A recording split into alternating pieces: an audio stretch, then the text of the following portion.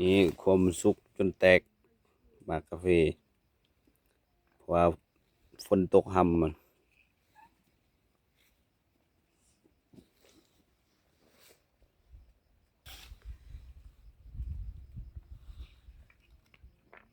มากมันแตกเหมือน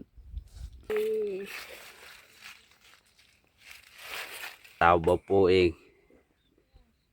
แนวสบายดีกล้องเด้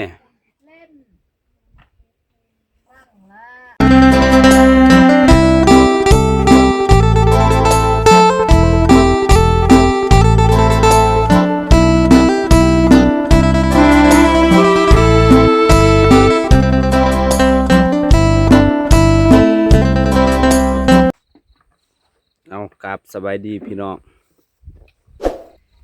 มื้อนี้สิพาพี่พาน้องมาเก็บกาแฟคือเก่า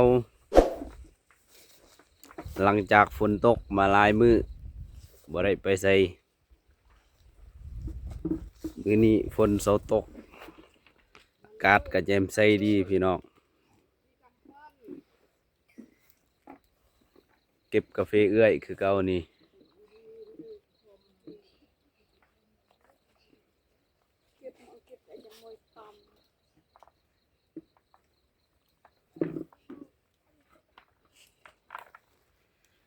มื้อนี้ได้เก็บกาแฟต่ำเด้อ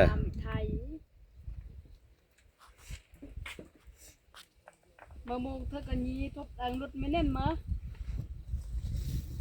มากับคนงานหลายคนมื้อนี้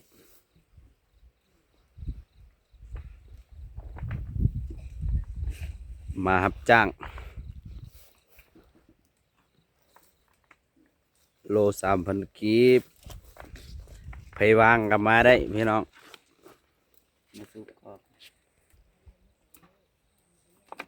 นี่มากาแฟ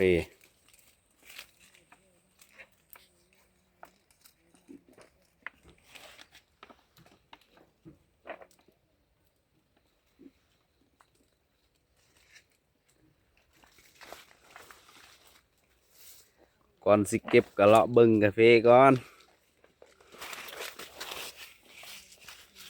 ยันมันเสีย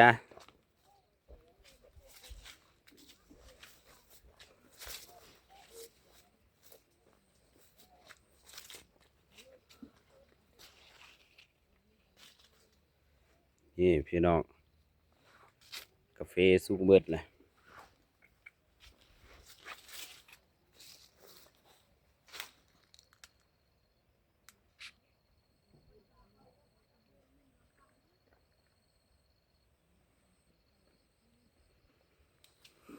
หมากล้นก็หลาย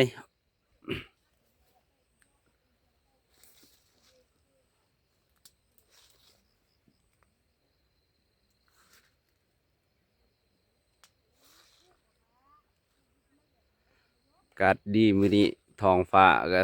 แจ่มใส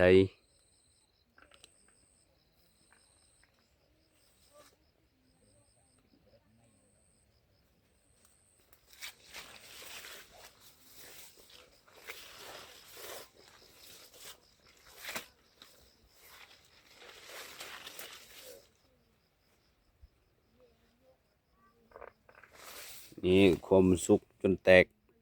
มากาแฟเพราะว่าฝนตกห่ำมัน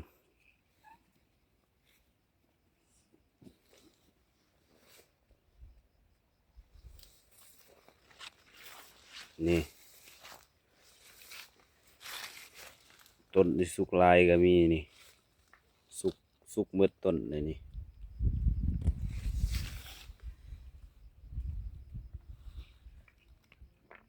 มากมันแตกเมื่อ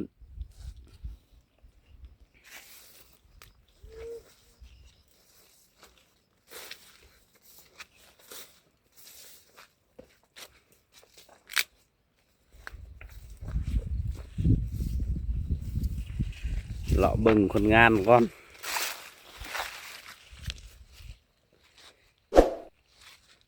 นี่สาวนะอยู่บ้านหังเลยนี่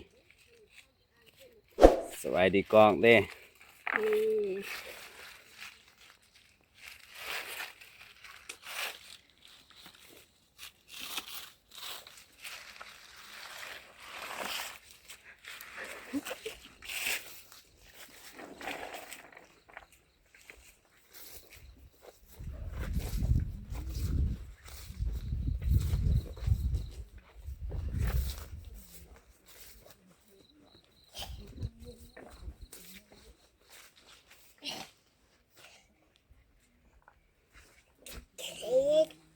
ส่วนนี้ก็ลูกสาว ลูกสาวบ่โปเองแนวสบายดีกล้องเด้สบายดีกล้องลูก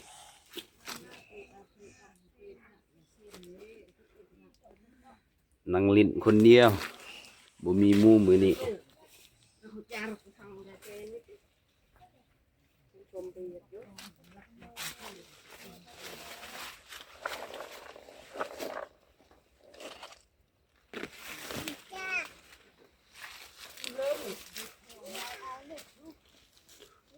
กาแฟสุกหมดแล้วนี่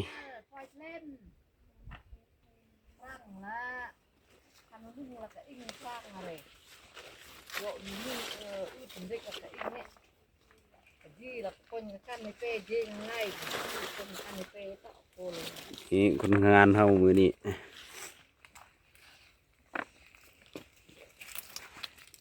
บ่ไปโรงเรียนเด้อพวกนี้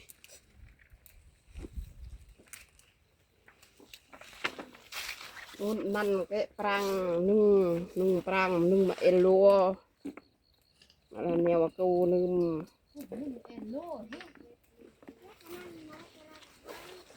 cúc của mày để elo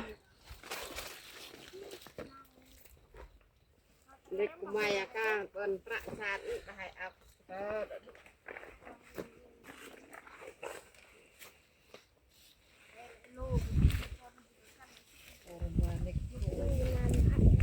คนงานมีแต่พวกเด็กน้อยมื้อนี้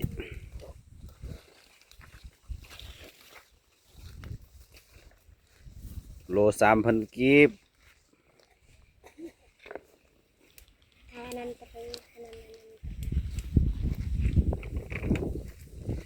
เด็กน้อยก็เก็บกาแฟเก่งเด้ออยู่บ้านนี่นี่เบิ่งมานี่หน่อยนี่สิเครื่องคุเลยนี่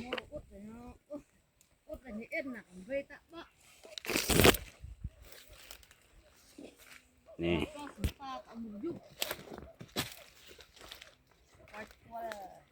นี่เสาอันนี้สิเต็มคุเลย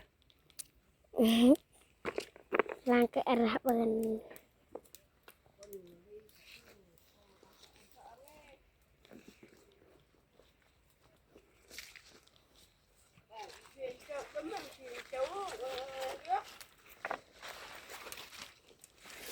นี่เจ้าของสวนพี่น้อง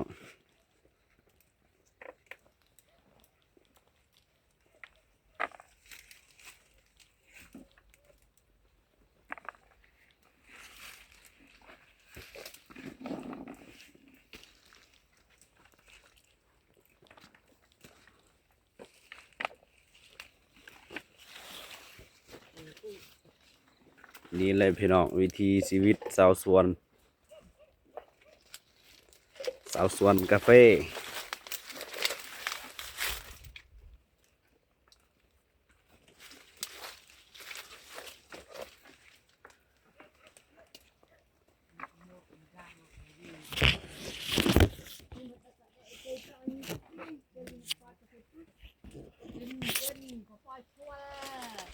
ngày chắc cũng có cả ngày rồi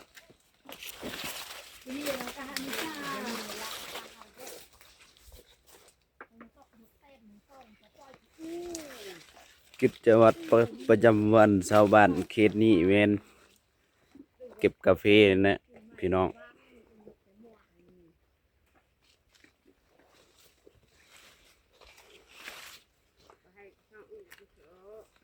แบบนี้เป็นเก็บกาแฟอย่างเดียว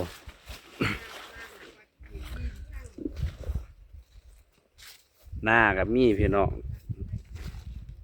เขตนี้แต่ว่าหน้ายังบ่ทันมีสุกข้าเจ้าก็ต้องเก็บกาแฟก่อนเก็บกาแฟตัวเองแล้วเลยหารับจ้างกาแฟหมู่